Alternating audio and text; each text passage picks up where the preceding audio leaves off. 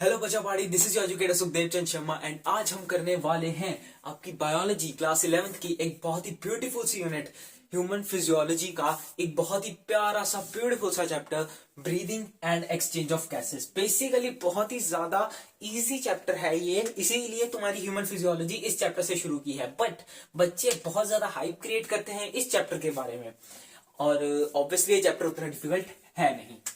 तो स्टार्ट करते हैं। सबसे पहले अगर मैं कहूं, अगर तुम सोच रहे हो कि मैंने ये बच्चों वाले स्पाइडरमैन वाले ग्लव्स क्यों पहने हुए हैं, देन तुमको बता दूं ये जो वीडियो मैं शूट कर रहा हूं अभी दिसंबर का महीना चल रहा है एंड जिस बंद कमरे में मैं हूं वहां पर इतनी सीलन है बहुत ज्यादा, मतलब यहाँ पर हमको ठंड लगती है एंड ऊपर से मैं हाफ बाजू वाली शर्ट पहन के खड़ा हूं।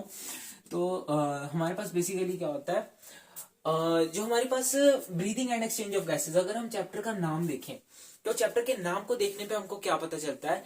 नाम को देखने पे हमें दो चीजें दिखती हैं। पहला है बच्चों ब्रीदिंग। ब्रीदिंग मतलब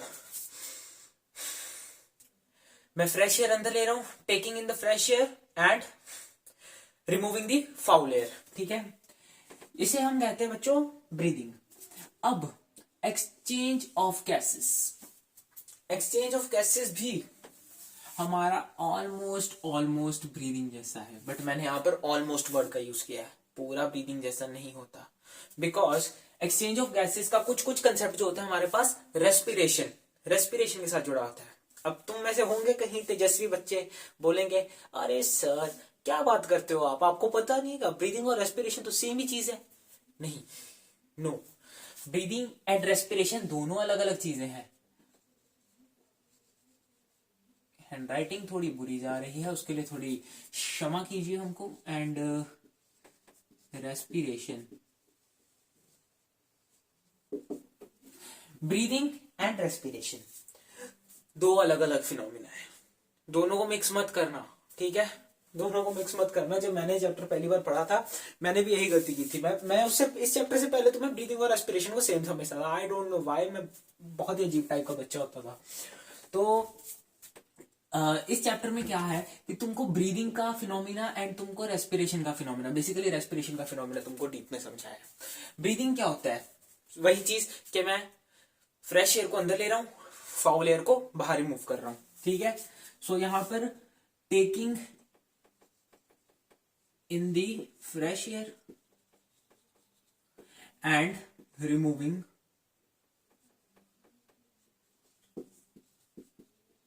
फाउल एयर। बात समझ आई बराबर? एग्री और नॉट? ठीक है। अब अगला है हमारे पास रेस्पिरेशन। रेस्पिरेशन का बच्चों कुछ हमारे पास अलग निकलता है। अलग क्या निकलता है, यहां पर जो हम फ्रेश एयर अंदर ले रहे थे, फ्रेश एयर जो हम अंदर ले रहे थे उसमें क्या था, ऑक्सीजन, एंड यहां पर क्या होगा, फूड की ऑक्सीडेशन होगी बच्चों, फूड की ऑक्सीडेशन होगी। हमने फूड खाया, फूड में ग्लूकोज था, उस फूड की ऑक्सीडेशन होगी, क्या बनेगी, एनर्जी, ठीक है। तो यहां पर मैं लिख सकता हूं क्या कि हमारे पास ऑक्सीडेशन को मैं OX से रिप्रेजेंट कर रहा हूं, ठीक है, OX से रिप्रेजेंट कर रहा हूं मैं ऑक्सीडेशन को। ऑक्सीडेशन ऑफ फूड, ऑक्सीडेशन किसकी, फूड की। फूड की ऑक्सीडेशन हो रही है हमारे पास। अब जब फूड की ऑक्सीडेशन हो रही है तो हमारे पास क्या हो रहा है, यहां से हमारे पास एनर्जी बन रही है, एनर्जी, ठीक है, यही एनर्जी बन रही है। एंड ये जो एनर्जी है, ये एनर्जी ये हम अपने कामों में यूज करते हैं। ये एनर्जी मैं तुमको पढ़ाने में यूज कर रहा हूं, यही एनर्जी तुम पढ़ने में यूज कर रहे हो, ठीक है। ये वीडियो बनाने से पहले मैं खाना खाकर आया हूं, मेरा फूड जो मेरे अंदर गया था वो ऑक्सीडाइज हो चुका है, एनर्जी बना चुका है, वही एनर्जी अभी मैं यूज कर रहा हूँ। होपफुली तुम भी खाना खा के बैठे होगे, ठीक है, खाना खा के पढ़ा करो यार, ऐसे नहीं, ठीक है, पढ़ाई अपनी जगह है बट न्यूट्रिशन की तरफ भी उतना ही ध्यान दो, ठीक है। तो हमारे पास यहाँ पर हमारी जो एनर्जी बनती है, बराबर, बात समझ आई। पहले मेन चीज, इसमें और इसमें डिफरेंस तुमको पता होना चाहिए, ठीक है, इसमें और इसमें तुमको डिफरेंस पता होना चाहिए। अब जो हमारा मेन काम है, मेन काम ब्रीदिंग नहीं है बच्चों।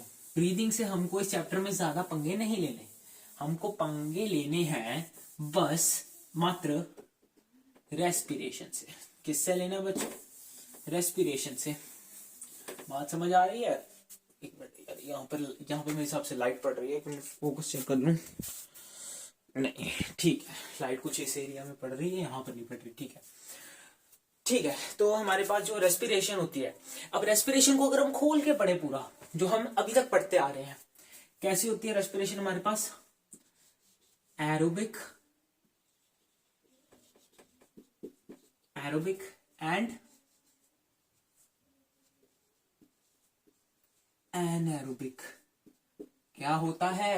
एनएरोबिक एंड एरोबिक क्या होते हैं?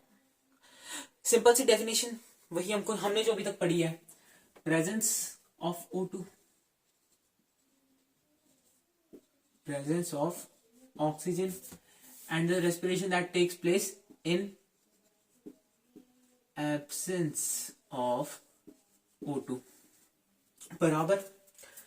पता है ना? इतना बेसिक्स तो तुम्हारे क्लियर हैं। ठीक है, अब हमारे पास ये प्रेजेंस ऑफ O2 में है, ये एब्सेंस ऑफ O2 में है। एक पॉइंट इसमें तुमको मैं ऐड ऑन करवाता हूँ। ठीक है, पॉइंट ये है कि जो तुम्हारी एनारोबिक रेस्पिरेशन होती है, इसको पॉइंट 1 मार्क करो, इसको पॉइंट 2 मार्क करो। एनारोबिक रेस्पिरेशन जो होते हैं that occurs in mitochondria. Mitochondria क्या होता है? माइटोकॉन्ड्रिया तो पावर हाउस ऑफ सेल होता है, जहां पर हमारा एटीपी प्रोडक्शन होता है, जहां से हमारा एटीपी बनता है। होता है कि नहीं? दूसरा एनारोबिक, ये जो हमारे पास होता है दैट अकर्स इन साइटोप्लाज्म। किसमें होता है? साइटोप्लाज्म में।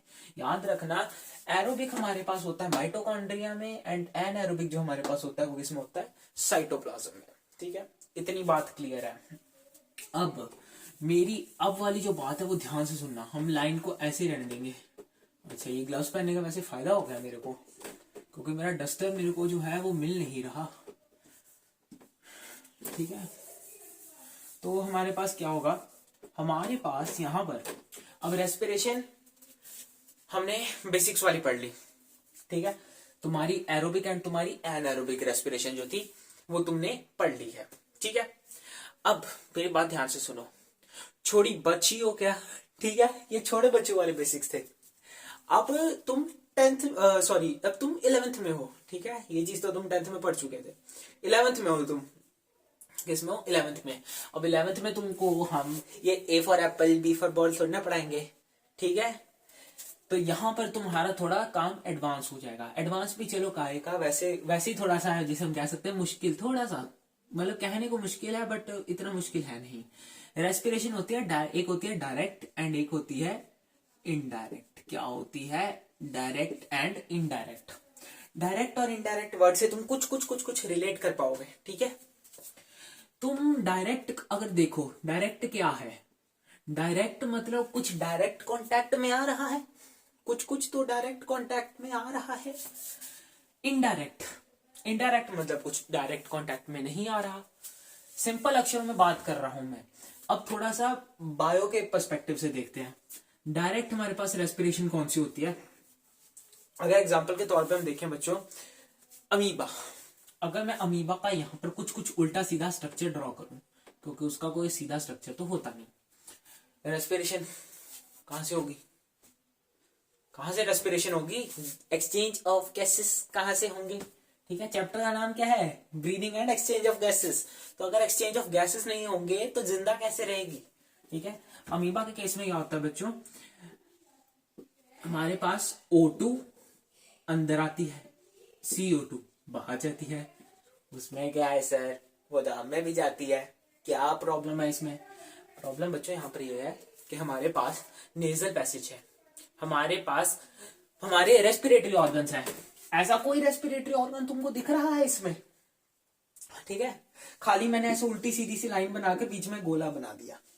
क्या तुमको इसके अंदर कोई रेस्पिरेटरी ऑर्गन दिख रहा है? नहीं दिख रहा ना। ठीक है, नहीं दिख रहा ना। क्यों नहीं दिख रहा?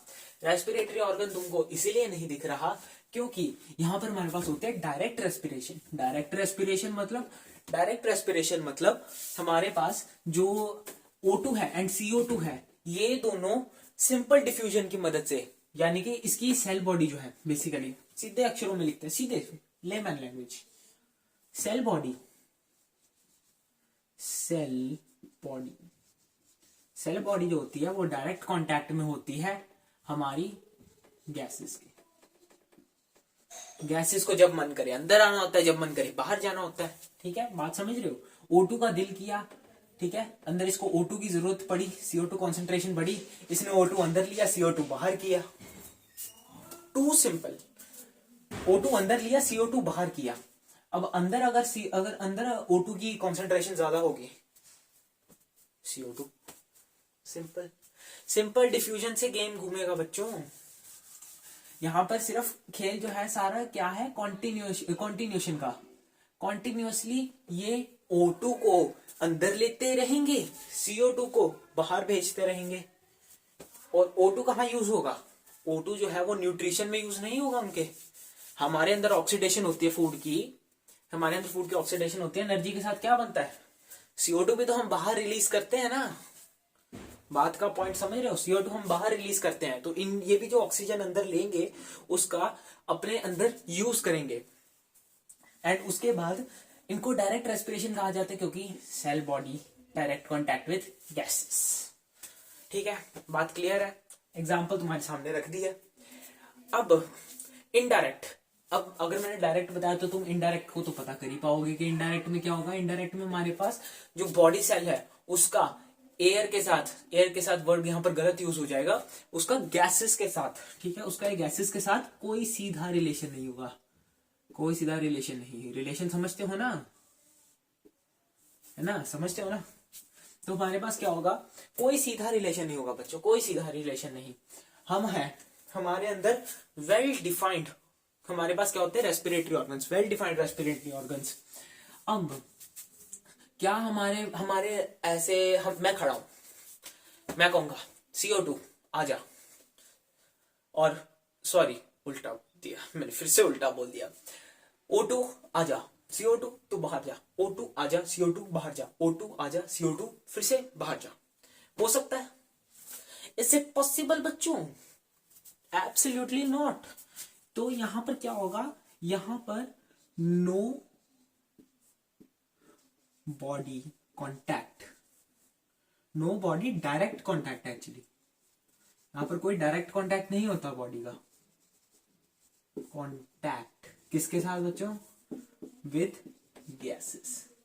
इतनी सी बात है, ठीक है। ये दोनों टॉपिक्स को याद रखना।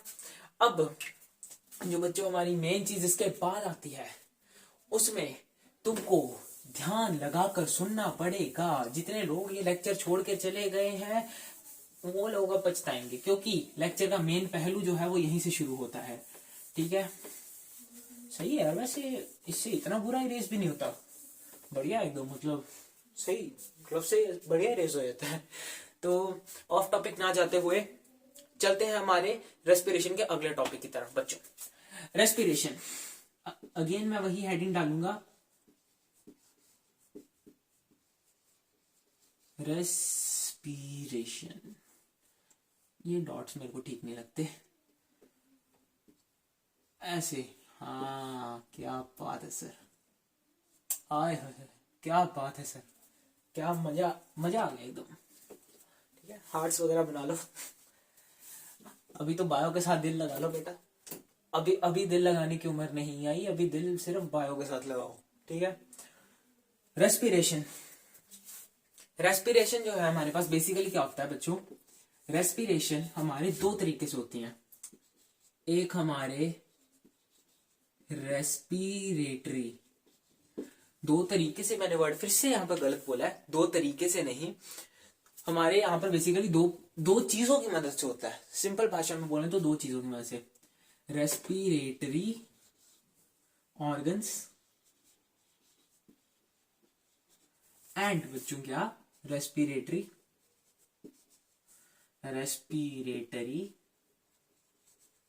पैसेज।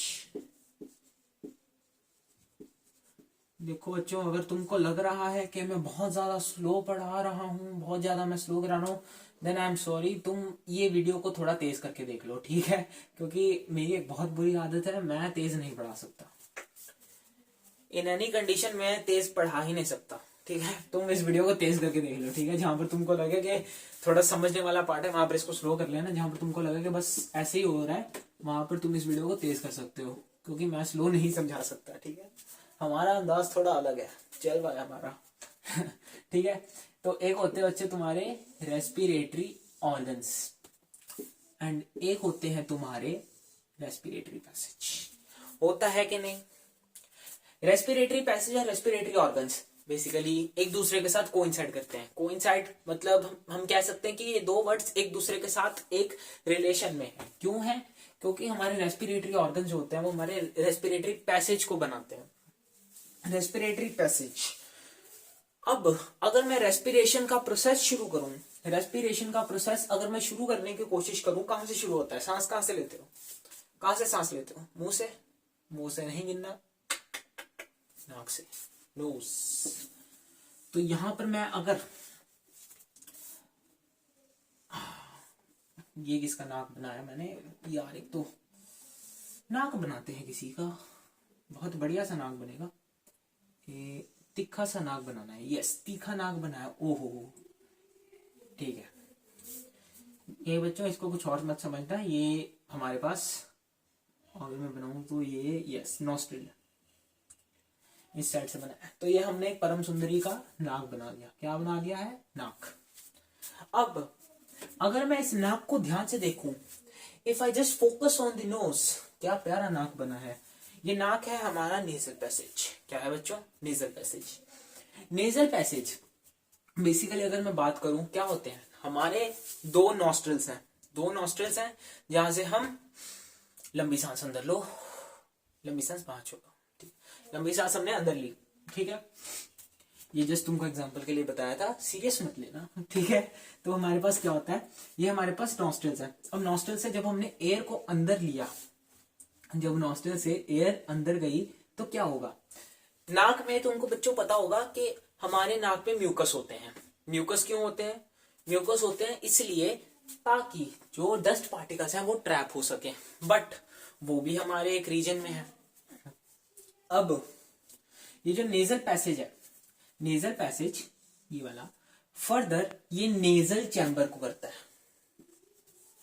ये हमारा सारा क्या है बच्चों? Nasal chamber. नेजल चैम्बर को राइज देता है, it further give rise to nasal chamber. अब मैं नेजल चैम्बर की बात कर रहा हूं। नेजल चैम्बर बच्चों, हैंडराइटिंग फिर से कह रहा हूं मत देखना, क्योंकि इस समय हाथ मेरे बहुत ज्यादा ठंडे हो गए हैं एंड लिखा नहीं जा रहा। तो नेजल चैम्बर क्या होता है? नेजल चैम्बर हमारे पास बेसिकली दो हमारे चीजों से बनता है, ठीक है। नेजल चैम्बर के अंदर हमारे पास दो रीजन होते हैं। मैंने भी तुमको म्यूकस की एग्जांपल दी, म्यूकस की। तो हमारे पास दो रीजन होते हैं बेसिकली, वेस्टिब्युलर रीजन एंड, और क्या होता है? वेस्टिब्युलर रीजन होता है एंड वेस्टिब्युलर रीजन के साथ क्या होता है? इसके साथ हमारे पास कौन सा रीजन होता है? रेस्पिरेटरी। कौन सा होता है? रेस्पिरेटरी।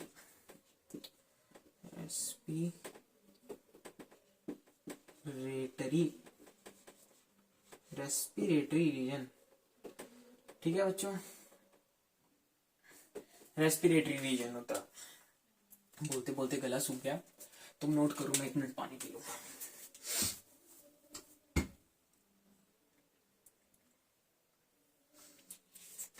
कमरे में बैठे हैं, वो कमरा बंद है बच्चों, ठीक है। तो हमारे पास बच्चों यहां पर जो हम स्टार्ट करने वाले हैं, हमारे पास स्टार्टिंग में क्या होता है? अच्छा, मौसम का भी पता नहीं चलता, ठंड होती है कि गर्मी होती है, अजीब अजीब मौसम चल रहा है। मैंने तुमको एग्जांपल दी म्यूकस की, ठीक है। म्यूकस से शुरू करते हैं। म्यूकस की तुमको मैंने एग्जांपल दी। हमारे नाक के अंदर म्यूकस होता है। क्यों होता है? डस्ट पार्टिकल्स को ट्रैप करने के लिए, ठीक है। डस्ट पार्टिकल्स को ट्रैप करने के लिए हमारे पास म्यूकस होता है। म्यूकस किस रीजन में होता है? ऐसा तो नहीं है कि पूरे तुम्हारे नाक के शुरू से शुरू होगा एंड लास्ट तक जाएगा, नो। म्यूकस वेस्टिबुलर रीजन में होता है। किसमें होता है? Vestibular region. वाह, वेस्टिबुलर रीजन में होता है तुम्हारा बच्चों म्यूकस। यानी कि अगर मैं इसका फंक्शन लिखना चाहूं वेस्टिबुलर रीजन का, फंक्शनल लिखना चाहूं तो इसका फंक्शन मेरे पास क्या होगा, ट्रैप्स डस्ट पार्टिकल्स। बच्चों तुमको मैं सही बात बता रहा हूँ, नोट्स बना रहे हो ना साथ साथ तो ही फायदा है। और मेरी बात सुनो, नोट्स में मैं जितनी लंबी लंबी लाइंस बोल रहा हूँ उतनी लंबी लाइंस लिखनी नहीं है, ठीक है। नोट्स शॉर्ट्स बनते हैं यार, शॉर्ट शॉर्ट में नोट्स बनाओ। क्या क्या इतना बड़ा, अब अभी कोई बच्चा बैठा होगा, मैं मेरे से शर्त लगा दो यहाँ पे, जितने बच्चे इस वीडियो को देख रहे होंगे ना, उनमें बैठे होंगे, कई लेक्चर को देख रहे होंगे, साथ साथ में लिख रहे होंगे nasal chamber consist of 2 regions, ठीक है। उसमें लिखे होंगे the first region is the vestibular region where the mucus is present and the mucus helps in and the mucus traps the dust particles. लिख रहे होंगे कुछ ऐसा? बच्चों ऐसा नहीं करना, ट्रैप्स डस्ट पार्टिकल्स।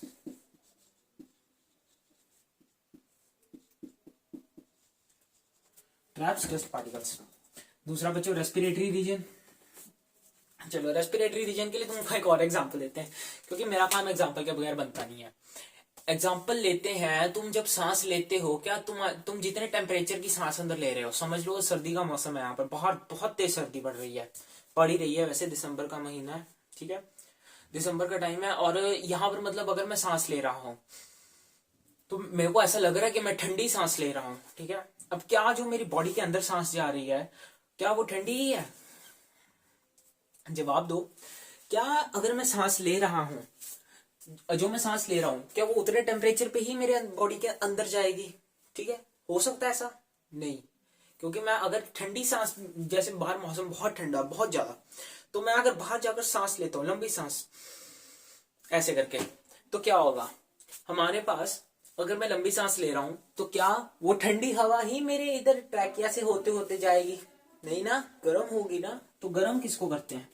गर्म उस हवा को कौन करता है? हमारा रेस्पिरेटरी रीजन, ठीक है। यानी कि it warms the air, it warms the air. अब बच्चों नेजल चैम्बर जो हमारा होता है, बेसिकली जो हमारे नोज के बाद वाला सारा कंसेप्ट है, यहाँ पर तुम्हारा फेरिंग्स आएगा, उसके बाद तुम्हारा ट्रैकिया वगैरह शुरू होंगे, ठीक है। वो वाला पार्ट जो है वो हम नेक्स्ट लेक्चर में करेंगे। एंड यहाँ पर तुम्हारा लेक्चर 1 जो है बेसिक्स वाला, वो तुम्हारा खत्म हो चुका है। तुम्हारे यहाँ पर बेसिक्स भी मैंने क्लियर कर दिए हैं, ठीक है। इस वीडियो को अपने बाकी फ्रेंड्स के साथ भी शेयर करो। क्या है कि अगर तुम सोचोगे कि यार ये लेक्चर अगर मैं अकेला देखूं, क्या मेरे अकेले के मार्क्स बढ़ेंगे? अगर मेरे अकेले के मार्क्स बढ़े फिर तो बहुत बढ़िया। नहीं होता बच्चों, ऐसा नहीं होता। सीधी बात बता रहा हूं मैं तुमको, रेस में दौड़ने का मजा तभी आता है, रेस में दौड़ने का मजा तभी आता है जब तुम्हारे कंपेटिटर जो है, तुम्हारे साथ तुम्हारे राइवल्स भाग रहे हैं, ठीक है, तुम्हारे ये तो दोस्त वगैरह हैं साथ में, तुम्हारे साथ नंबर्स में एक कंपटीशन कर रहे हैं, जब वो तुम्हारे बराबर के लेवल का तैयारी करके आए हो, ठीक है, तब बेटा जीतने का मजा है, तब जीतने का मजा है। तो ये वीडियो जो है अपने दोस्तों के साथ भी शेयर करो जो पीसीबी वाले हैं, ठीक है, उनके साथ भी शेयर करो। एंड मेक श्योर कि तुम चैनल को सब्सक्राइब कर लो, ताकि तुमको इसके लेक्चर 2 की नोटिफिकेशन टाइम से मिल जाए। Thank you.